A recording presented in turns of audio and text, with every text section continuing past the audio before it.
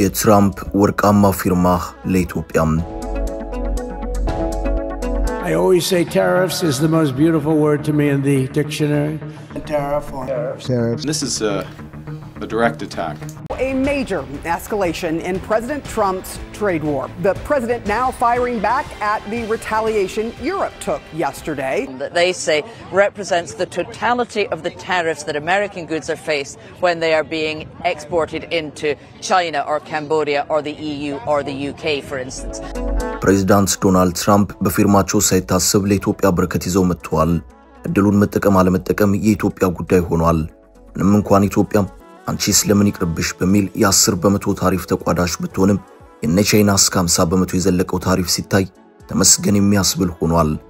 አሁን የታሪፉ ጉዳይ ሳይሆን ትራምፕ በእያንዳንዱ ሀገር ላይ የጣሉት ታሪፍ ስለሚለያይ አንዱ በሌላው ለመጠቀም አድፍጦ እየተከታተለ ይገኛል።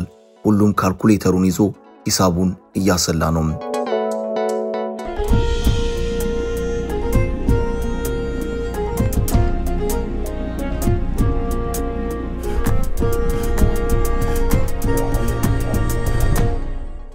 ትራምፕ እኔ እውነቴን ነው የምላችሁ ከዲክሽነሪ ወይንም መዝገበ ቃላት የምትወደው ቃል ምንድነው ብላችሁ ብትጠይቁኝ የምሰጣችሁ መልስ ታሪፍ የሚል ነው ሲሉ ነበር በአንድ ወቅት የተናገሩትም። ካናዳው ጠቅላይ ሚኒስትር ደግሞ የትራምፕን ታሪፍ አስመልክተው ሲናገሩ ይሄ በእኛ ላይ የተሰነዘረ ቀጥተኛ ጥቃት ነው ሲሉ ነበር የተናገሩትም። I always say tariffs is the most beautiful word to me in the dictionary. Tariffs. This is a direct attack. ፕሬዝዳንት ትራምፕ ረጅሙን ቅጥልጥል ታሪፍ ፊርማቸውን ያዞሩ በካሜራ ፊት በማሳየትም ውሳኔያቸውን ይፋ አድርገዋል። That they say represents the totality of the tariffs that American goods are faced when they are being exported into China or Cambodia or the EU or the UK, for instance. አሁን በተጣለው የትራምፕ ታሪፍ የቻይናና አሜሪካ የንግድ ግንኙነት ከባድ አደጋ ላይ ወድቋል። በዚህ ማል ያሉት እንደ ኢትዮጵያ ያሉት ሀገራት ደግሞ በመገረም ውስጥ በረከት አለ እንደሚባለው አጋጣሚውን ለመጠቀም የሚያስችላቸው በር ወለል ብሎ ተከፍቷል። Higher tariffs for about 60 countries that he calls the worst offenders. That would bring a tariff rate to 49% to Cambodia, 46% Vietnam. You can see it on your screen there. 20% for the European Union. የትራምፕ አስተዳደር አሁን ከመቶ ባላነሱ ሀገራት ላይ ወደ አሜሪካ በሚገቡ ምርቶቻቸው ላይ ታሪፍን የጣለ መሆኑን ያመለከተበትን ቀመር ወይንም ፎርሙላ ጭምር ይፋ አድርጓል። ዋነኛ መሰረቱ አሜሪካ ወደ አገሪቱ የምትልካቸውና ሀገራቱ ወደ አሜሪካ የሚያስገቧቸው ሸቀጦች አልተመጣጠኑም የሚል ነው። በዚህም ሀገራቱ በእኛ ገበያ ውስጥ ያልተገባ ጥቅምን እያገኙ ስለሆነ የንግድ ሚዛኑ መስተካከል አለበት ከሚለው መሰረታዊ ሐሳብ የተነሳ መሆኑ ሲገለጽ ቆይቷል። አሜሪካ ወደ የሀገራቱ በመላክ የምታገኘው ገቢና እነዚሁ የታሪፍ ሰለባ የሆኑት ሀገራት ወደ አሜሪካ በመላክ የሚያገኙት ገቢ አልተመጣጠነም። በመሆኑም ታሪፍ መጫን ያስፈልጋል ከተባለ እንደ ኢትዮጵያ ያሉ ሀገራት እንደውም ከታሪፉ ነፃ መሆን ነበረባቸው። በኢትዮጵያና አሜሪካ የሁለትዮሽ የንግድ ልውውጥ ላይ የበላይነቱን የምትወስዱ አሜሪካ ነች። ኢትዮጵያ ወደ አሜሪካ ልካ ከምታገኘው ገቢ ይልቅ አሜሪካ ወደ ኢትዮጵያ በመላክ የምታገኘው ገቢ የላቀ ሆኖ ይታያል።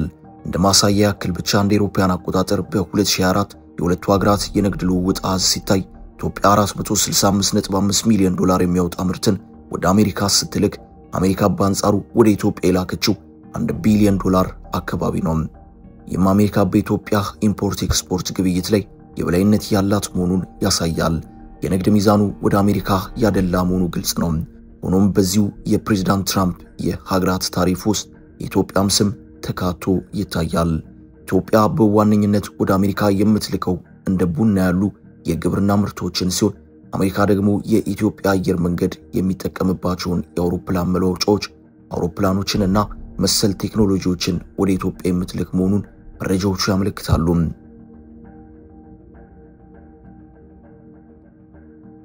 ጥያቄው ሆኖ መነጋገሪያ ከሆኑት ጉዳዮች መካከል አንደኛው አንዳንድ ሀገራት በአሜሪካ የንግድ የበላይነት ተወስዶባቸው ሳለ እንዴት በአሜሪካ ላይ የንግድ ብልጫ እንደተወሰደባቸው ሀገራት የዚህ ታሪፍ ሰለባ ይሆናሉ የሚለው ነው። ቀደም ብለን ጠቆም ለማድረግ እንደሞከርነው ኢትዮጵያ ወደ አሜሪካ ልካ ከምታገኘው የኤክስፖርት ገቢ ይልቅ አሜሪካ ወደ ኢትዮጵያ ልካ የምታገኘው ገቢ ከፍተኛ ነው።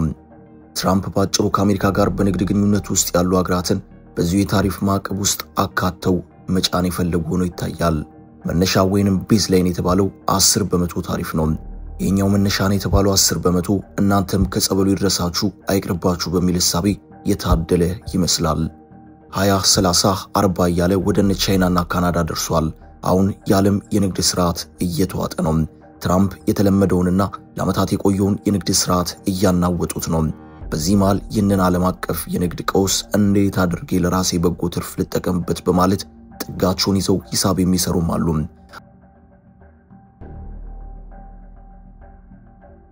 አሁን ባለው ሁኔታ ቻይና በአሜሪካ ገበያ ውስጥ ያላትን ድርሻ በከፍተኛ ደረጃ ማጣቷ ጥርጥር የለውም። በዚህ መሃል በጂኦግራፊም ለአሜሪካ ቅርብ የሆነችውና ልክ እንደ ኢትዮጵያ ሁሉ 10 በመቶ ታሪፍ ብቻ የተጣለባት ብራዚል በቻይና ሀገር እንዴት የአሜሪካንን የገበያ ዕድል ልጠቀምበት ይችላሉ የሚለው የኢኮኖሚ ስሌት ውስጥ የገባች መሆኑን መረጃዎች እያመለከቱ ነው። ከቻይና 54 በመቶ ታሪፍ አንጻር ብራዚል የተጣለባት 10 በመቶ ታሪፍ በአሜሪካ ገበያ ውስጥ ለመወዳደር የሚያስችላትን ዕድል ያሰፋዋል። እናም ያንዱ ጥቅም የሌላው ጉዳት እንደዚሁም ያንዱ ጉዳት የሌላውን ጥቅም ማዋለዱ ጥርጥር የለውም። ነገሩን ወደ ኢትዮጵያን መልሶም ኢትዮጵያ ወደ አሜሪካ ከምትልካቸው ምርቶች መካከል አንደኛው ቡና ነው። ቡና ወደ አሜሪካ የምትልከው ኢትዮጵያ ብቻ አይደለችም። ወደ አሜሪካ የቡና ምርቶቻቸውን የሚልኩ ሀገራት ሁለት አይነት መሆናቸውን መረጃዎች ያመለክታሉ። የመጀመሪያዎቹ አምራቾች ሲሆኑ ሌሎቹ ደግሞ አምርተው ሳይሆን ምርቱን ከአምራቾች በመቀበል እሴቶችን ጨምረው ሪኤክስፖርት የሚያደርጉ ናቸው። በቡናው ዘርፍ ብቻ በአሜሪካ ኢኮኖሚ ውስጥ ገብተው በአመት ቢሊዮን ዶላሮችን የሚያጋብሱ ሀገራትና ኩባንያዎች አሉ። በአጠቃላይ በዚህ መልኩ የቡና ምርትን ወደ አሜሪካ ከሚልኩት 10 ሀገራት ዝርዝር ውስጥ ግን ኢትዮጵያ የለችበትም። የቡና ምርቶቻቸውን ወደ አሜሪካ የሚልኩት 10 ሀገራት ብራዚል፣ ኮሎምቢያ፣ ስዊዘርላንድ፣ ካናዳ፣ ሆንዱራስ፣ ጓቲማላ፣ ኒካራጓ፣ ሜክሲኮ፣ ቪየትናም እና ኢንዶኔዥያ ናቸው። እንደ ካናዳ ያሉት ሀገራት የአምራች ሀገራትን ቡና በመቀበል ፕሮሰስ አድርገውና እሴቶችን ጨምረው ለአሜሪካ የመጨረሻው ተጠቃሚ ገዢ ባለቀለት ደረጃ የሚያቀርቡ ናቸው። በእነዚሁ ወደ አሜሪካ ቡናን ከሚልኩት 10 ሀገራት መካከል ብራዚል 10% ታሪፍ ተጥሎባታል። ከኢትዮጵያ ጋር እኩል ነው።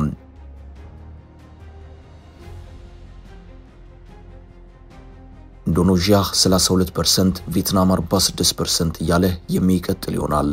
የሜክሲኮና ካናዳም እየተደጋገመ የተጣለ ከፍተኛ ታሪፍም ሆኖ ይታያል። ኢትዮጵያንም ሆነ ኤርትራን ጨምሮ የተጣለው ታሪፍ እነሱስ ለምን ይቅርባቸው በሚል መልኩ የተጣለ 10% ታሪፍ ነው። የሚታሪፉ መነሻ ወይንም ቤዝላይን ነው። ከዚህ አንጻር በሌሎች ወደ አሜሪካ የቡና ምርትን ከፍ አድርገው ከሚልኩት መካከል እንደ ቪየትናም ያሉት ሀገራት 46 በመቶ ታሪፍ የተጣለባቸው በመሆኑ ከኢትዮጵያ 10 በመቶ አንጻር እጅግ ከፍተኛ ነው ብሎ መውሰድ ይቻላል። እናም ቡናን ከሀገራት ገዝተው ወደ አሜሪካ የሚያስገቡ ኩባንያዎች ተመራጭ የሚያደርጉት ወደ አሜሪካ ገበያ ከገባ በኋላ ዋጋ ተወዳዳሪ የሚያደርጋቸውን መሆኑ ጥርጥር የለውም።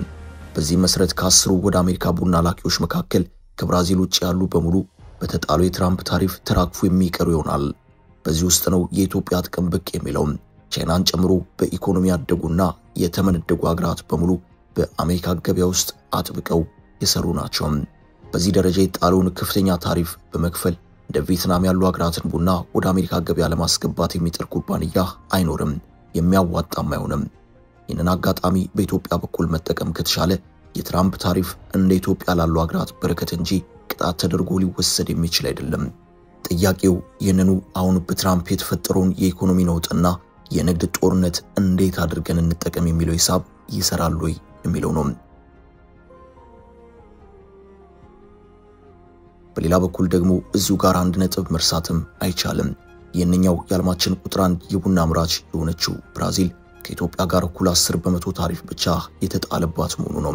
በብራዚል ላይ የተጣለው ታሪፍ ልክ እንደ ሌሎቹ ሀገራት 20 እና 30 በመቶ ቢሆን ኖሮ እንደ ኢትዮጵያና ኬንያ ላሉት የአፍሪካ ሀገራት የሚኖረው ዕድል በእጅጉ በሰፋ ነበር። ሆኖም የብራዚል ታሪፍ ልክ እንደ ኢትዮጵያ ሁሉ 10 በመቶ ብቻ ሆኖ ነው የታየው። አሁን የንግድ ጦርነቱ ተለኩሷል። የአያላኑ ፍልሚያም በትራምፕ ፊርማ አንድ ብሎ ጀምሯል። ትራምፕ አስተዳደር ታሪፍ የመጫኑን ሂሳብ ሲሰራ ዋና መነሻው ያደረገው አሜሪካ እንደ ቻይና ባሉ ሀገራት የተወሰደባትን የንግድ የበላይነት ለመቀልበስ ወይንም ለመክታት ነው። እነዚሁ በኢኮኖሚያቸው የገዘፉ ሀገራት ከአሜሪካ ጋር ያላቸው ዓመታዊ የንግድ ልውውጥ ሲታይ በእርግጥም አሜሪካ በብዙ የተበለጠችበት ሁኔታ መኖሩን የሚያሳይ ነው። ለምሳሌ ያለፈው የፈረንጆቹ በጀት ዓመት የሁለቱ የዓለማችን የኢኮኖሚ አንደኛና ሁለተኛ የሆኑት አሜሪካና ቻይና የ$582.4 ቢሊዮን የንግድ ልውውጥ ያደረጉ መሆኑን የዲደብሊው መረጃ ያመለክታል። ከዚህ ጠቅላላ የንግድ ልውውጥ ውስጥ ቻይና ወደ አሜሪካ የላከችው $438.4 ቢሊዮን የሚያወጣ ምርትን ሲሆን አሜሪካ ወደ ቻይና የላከችው የምርት መጠን ግን $143.5 ቢሊዮን ብቻ ነበረ።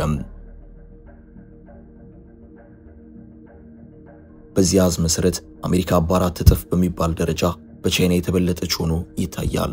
ይህ የንግድ ልውውጥ ሚዛን ልዩነት ወይንም ትሬድ ዴፊሲት የሚባለው ነው። በሀገራት የኢምፖርት ኤክስፖርት የንግድ ግንኙነት ውስጥ አንዱ ሌላውን ሀገር መብለጥ ወይንም የበላይነቱን መውሰድ የተለመደ ነው። ነገር ግን የበላይነቱ ቀጣይነት ካለውና እየሰፋ የሚሄድ ከሆነ ያ የንግድ የበላይነት የተወሰደበት ሀገር የሌሎች ጥገኛ መሆኑ አይቀሬ ነው።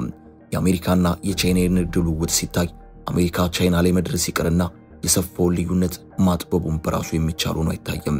እናም ትራምፕ የነበራቸው አማራጭ ቻይናን በቁጥር 1 የታሪፍ ጫና ስር መጣል ነው። በዚህ ጉዳይ ደጋግመው ሲዝቱም ነበር፣ አድርገውታል።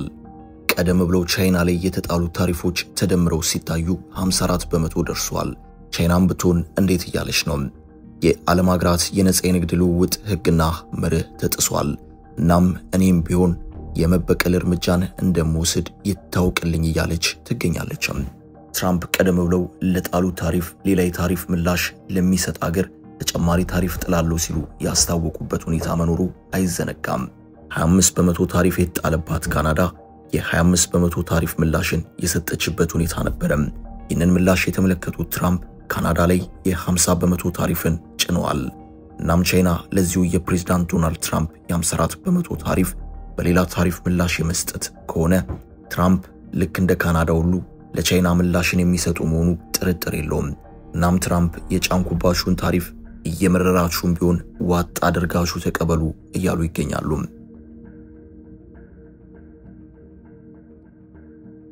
እስካሁን ባለው ሁኔታ ምላሽ በመስጠቱ ረገድ ከቻይናና ካናዳ ውጪ ብዙም እየተወራጨ ያለ ሀገር አልታየም።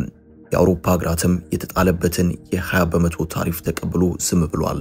ህብረቱ ቆይ እስኪ ጉዳዩን በሚገባ ብላልቼ አቋሜን አሳውቃለሁም ብሏል። ልክ እንደ ቻይና ሁሉ የአውሮፓ ህብረትም በአሜሪካ ላይ የሁለትዮሽ የንግድ የበላይነት ያለው ብሎክ ነው። አበቃን። ሰናይ ጊዜን ተመኘን። I always say tariffs is the most beautiful word to me in the dictionary. Tariff. This is a direct attack.